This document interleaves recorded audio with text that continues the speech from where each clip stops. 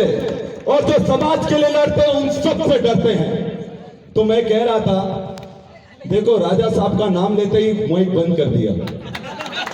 ये दिग्विजय सिंह जी की ताकत है और उनको राजा ऐसे ही नहीं कहते क्योंकि उनके पुरख राजा थे, उनको राजा इसलिए कहते हैं क्योंकि आदिवासियों दिलों पर वो राज करते हैं, इसलिए उनको राजा कहते हैं।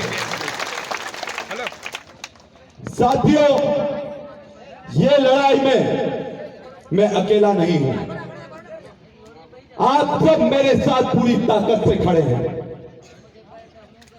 और भानु भूरिया क्या कहता है?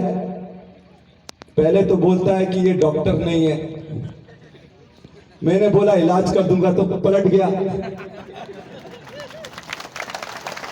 फिर कहता है कि आदिवासी नहीं है।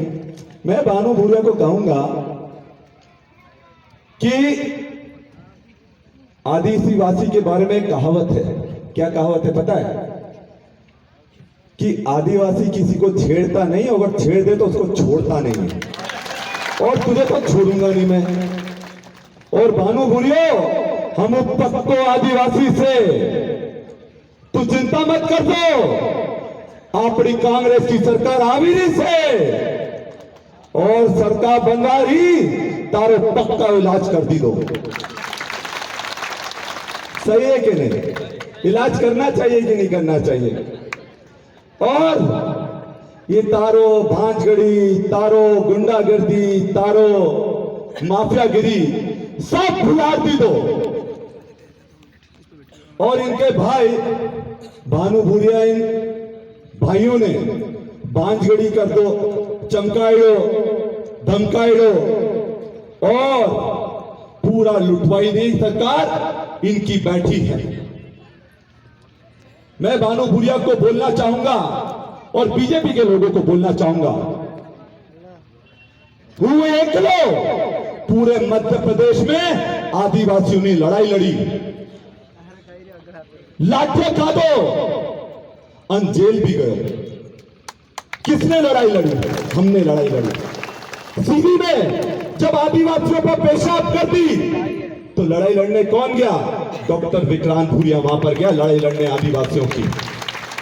पूरे मध्य प्रदेश में एक 10वां आदिवासी स्वाभिमान यात्रा किसने निकाली? डॉक्टर विक्रांत भूरिया ने निकाली। नेमावर में हमारी बहनों को बलात्कार कर जिंदा गाड़ दिया गया। तब भानु भूरिया कहा था जब बहनों को जिंदा गाड़ा गया, एक मुंह से आवाज नहीं निकली और खुद को पक्का आदिवासी कह दो। जब नीमच में हमारे आदिवासियों को गाड़ी से बांधकर रगड़ रगड़ कर मार डाला गया, तब भानु भूरिया और बीजेपी कहां थे? क्योंकि बीजेपी के सरपंच नहीं करा था ना। एक चीज ध्यान रखना, भानु भूरिया क्या कहता है? भानु भूरिया कहता है कि भाटो मारवा वालों असल आदमी से, भाटो मारवा वालों असल आदिवासी से, असल आदिवासी से कि बदमाश से? मुझे बताओ, जो भाटा मारे वो असली आदिवासी है कि बदमाश है? क्या बदमाश है कि आदिवासी है? जो गुंडागर्दी करती उसको तो भाटा ही मारना सीखना पड़ेगा। और मैं भानु भूरिया से पूछता हूं, ये बोलता है कि गोफन चलाना आता है कि नहीं आता? भानु भूरिया, गोफन चलाना नहीं तो नहीं आता, पर सर्जरी करना मेरे को बहुत अच्छी तरीके से आता है और अच्छे से सर्जरी करूंगा इस बार, पक्की सर्जरी। और मैं भानु भूरिया से पूछता हूं कि गोफन चलाना हम आदिवासी अपने को रक्षा करने के लिए करते थे, करते कि नहीं? अपनी रक्षा करनी हो तो गोफन चलाते, आजकल नहीं चलाते हैं। आजकल जरूरत नहीं पड़ती है क्योंकि हम आदिवासी खुद इतने ताकतवर बन गए हैं, पढ़े लिखे बन गए हैं, लड़ाई लड़ने वाले बन गए हैं, आवाज बुलंद करने वाले बन गए। तो कोई हमें परेशान कर सकता है क्या? नहीं कर सकता। और सबसे बड़ी बात है कि मैं भानु भूरिया से पूछता हूं कि आज वो बोलता है कि आदिवासी वो है जो गोफन चलाता है, पत्थर मारता है। मैं पूछता हूं उसने अपने बच्चों को गोफन चलाना सिखाया कि नहीं सिखाया? क्यों? खुद के बच्चों को तो महंगे महंगे इंग्लिश मीडियम स्कूल में पढ़ाता है वो, और हम आदिवासियों को बोलता है गोफन चलाना सीखो। बड़े पढ़ाई लिखाई करेंगे कि हम गोफन चलाएंगे? आज पढ़ लिख कर हम डॉक्टर भी बनेंगे, सर्जन भी बनेंगे, कलेक्टर भी बनेंगे, अधिकारी भी बनेंगे, मंत्री भी बनेंगे, मंत्री भी बनेंगे, और भानु भूरिया जैसे गुंडों को ठिकाना भी लगाएंगे। हम वो आदिवासी हैं। देखो एक बात पक्की है, अगर डॉक्टर को चुनोगे तो पूरी आने वाली पीढ़ियां संवर जाएंगी। क्या?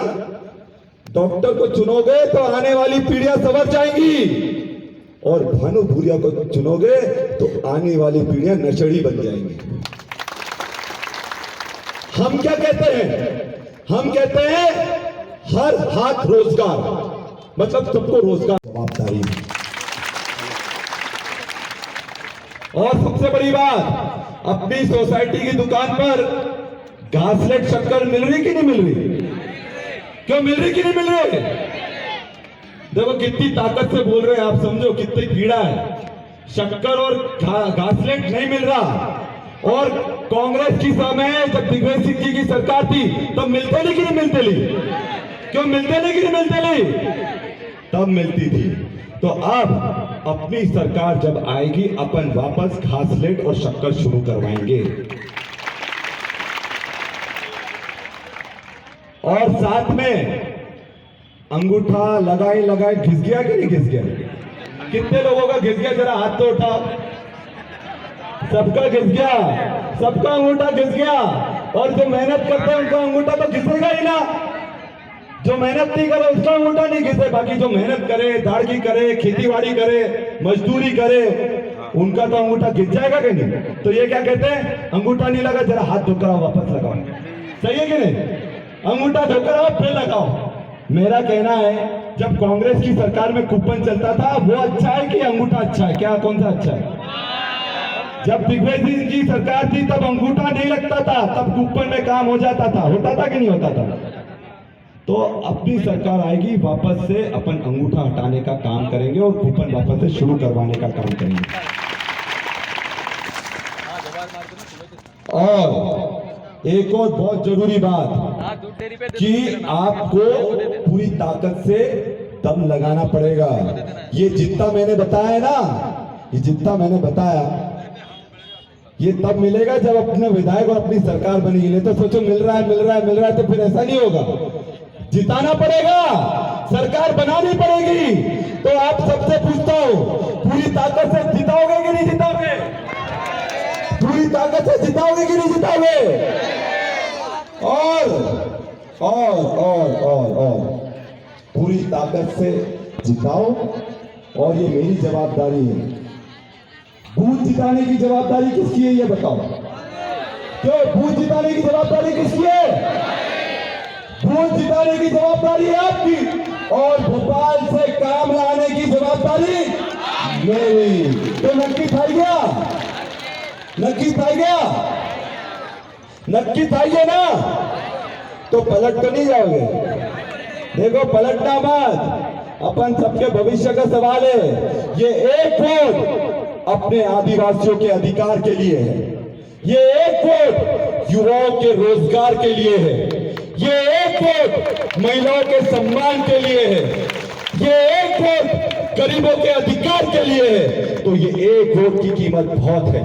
अगर आपने ताकत से कांग्रेस को जिताने का काम करा तो आपको कोई नहीं हरा सकता, क्योंकि ये चुनाव मेरा नहीं आप सबका चुनाव है। और मुझे पूरा भरोसा है मेरी बहनों के साथ साथ मेरे भाइयों का, मेरे सब दोस्तों का, युवाओं का, छोटे भाइयों का जबरदस्त मदद मिलेगी। तो आप लोग एक बार जोरदार नारा लगाओ, लड़ेंगे, लड़ेंगे। बहुत बहुत धन्यवाद। जय राम जी की, सबको राम राम।